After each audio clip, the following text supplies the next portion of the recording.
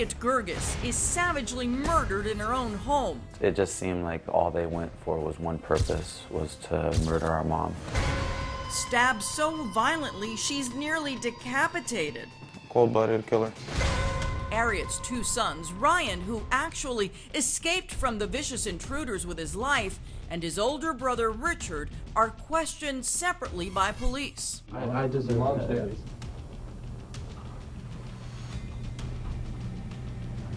So we have a murder investigation. Oh, no, she's not. No, she's not. I'm 14. This has to be set up.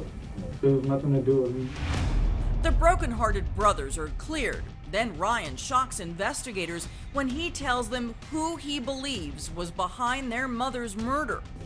The only person that doesn't really like my mom will be my dad. Their father, Magdi Girgis. There was only one person that had a vendetta against my mom. That was my dad. At the root of Magdi's evil? Money. Prosecutor Sonia Balleste says Magdi Girgis never loved anyone, including his wife, as much as he loved the almighty dollar. He would worship money. That was his God. Ryan says his father had a sick obsession with making money. It got so bad he once charged him $1 for a hamburger. He not only made me pay him back for that hamburger, but he also charged me the sales tax that was used to buy the hamburger. Tragically, detectives now believe it was another meal that may have cost Ariet her life. 7 months before her death, Ariet asked Magdi to take her out for a special dinner. Ariet, knowing her anniversary with Magdi was coming, approached him and asked him to take her out to dinner.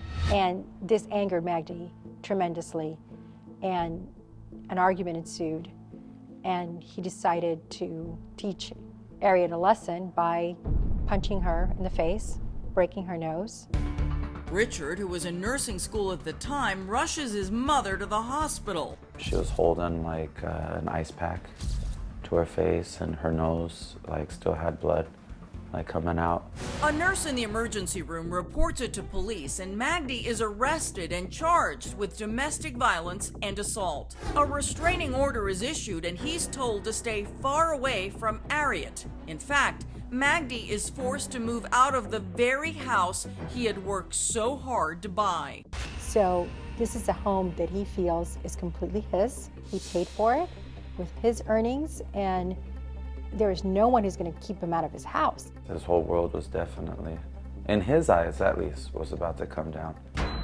Everything tumbled for Magdi when, after 24 years of marriage, Ariet files for divorce. The divorce, he learned by speaking with friends that have gone through it that half was going to go to his wife. He learned that the domestic violence conviction would cost him his job, his respiratory license, and potentially he could go to jail. I remember my dad, he was just like, he was actually just shocked that she actually went against him and that she did that. Police now have a possible motive for murder. The only person really who had an obvious benefit to Ariet's death was Magdi. But cops can't connect the dots. They ping Magdi's phone at the time of the murder and find he's nowhere near the crime scene. Magdi had an alibi. Well, his alibi was he was at home and then he went to work early the next morning. And the biggest obstacle? Their own star witness, Ariet Girgis. Remember, Ryan says his mom's killer is an African-American male who he described as speaking gang slang. We had suspicion that my father had something to do with it, but there wasn't enough evidence to bring him forward to convict him or to go to trial. Eventually, the case goes cold for 8 long years. Oh, I was really frustrated as the years went on, and the case just was getting colder and colder. Over that time, the boys barely talked to their dad. In fact, they remained determined to prove their own father was somehow behind their mother's murder. They asked Detective Wilson to take one more look at their mother's case, and he finds something right here in Ryan's interrogation. During that time, like, he was already taking off the shoestrings off my shoe.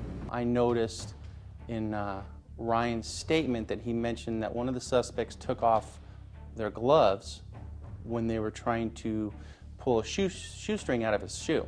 And I just thought that might be our best bet, our best piece of evidence to actually potentially get the suspect's DNA. Cops wonder if that shoestring could tie Magdi to his wife's murder.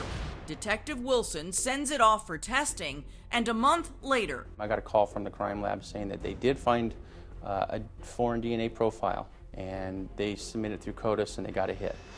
it's not Magdi Girgis. I was ecstatic. And the next question was, who is he and where is he? The answer? Anthony Bridget, a career criminal and a member of the notorious Trey 57 Crips gang. And get this, Bridget has a reputation as a hitman. The first thing I did was I pulled up Anthony Bridget's photo, and I compared it to the sketch that Ryan had done of the suspect, and they were remarkably similar. Cops track down Bridget, and it doesn't take long. He's serving time for a gang shooting at Salinas Valley State Prison in Northern California. They told him, hey, look, we found your DNA. We can prove beyond a reasonable doubt that it's you. He was not interested in discussing anything. But District Attorney Whitney Bukowski says as cops are walking away, Bridget asks something that sounds alarms. His response was to ask where, at what location was the murder that they were talking about? Where did it happen? It's not exactly a confession, but it certainly sounds like a guy who's been around a few different murders. One of those scenarios, Magdi hired somebody, and potentially this person was from a gang, to commit the murder for him. Cops begin searching for a link between Magdi and Anthony Bridget. Search warrants were conducted on Magdi's phone, and nothing from those records. We pored over financial records, and we couldn't find an obvious aha payment of money to anyone or large cash withdrawals. So there wasn't any smoking gun about him paying this alleged hitman, which were our theory of the case. But cops and prosecutors are so convinced Magdi had something to do with his wife's murder, they come up with a plan, a risky plan. Our plan was to have two undercover officers, posing as gang members, approach Magdi at his house and request for additional money to keep quiet. This is the surveillance video of the undercover officers dressed in Trey 57 gang colors, moving into position with cameras and audio rolling. All right, stand by. He's lining up at the curb line here. Magdi is back living in his house, the same house where Ariet was murdered. He's going around to his trunk. The undercover cop, going by the gang name G-Money, needs Magdi to pay up or at least acknowledge the murder happened in this house. We had all kinds of worries about the plan not working. Finally, it's go time. I'll let you for a second. Check it out, man. My homie locked up in the pen right now. Please approach him about him killing your wife in his house. We're not gonna say, you know what I mean? We want 5 racks, 5,000. You know what I'm saying? He acts like, I don't know what you're talking about. So G-Money goes to plan B. Give me a call, man. Take my number. The undercover cop passes Magdi a phone number. Give me a call tomorrow about 5,000. Hit me up tomorrow. Up next. And it looks like he's dialing a number. But he has no idea who's on the other end of the line. We figured one of two things would happen.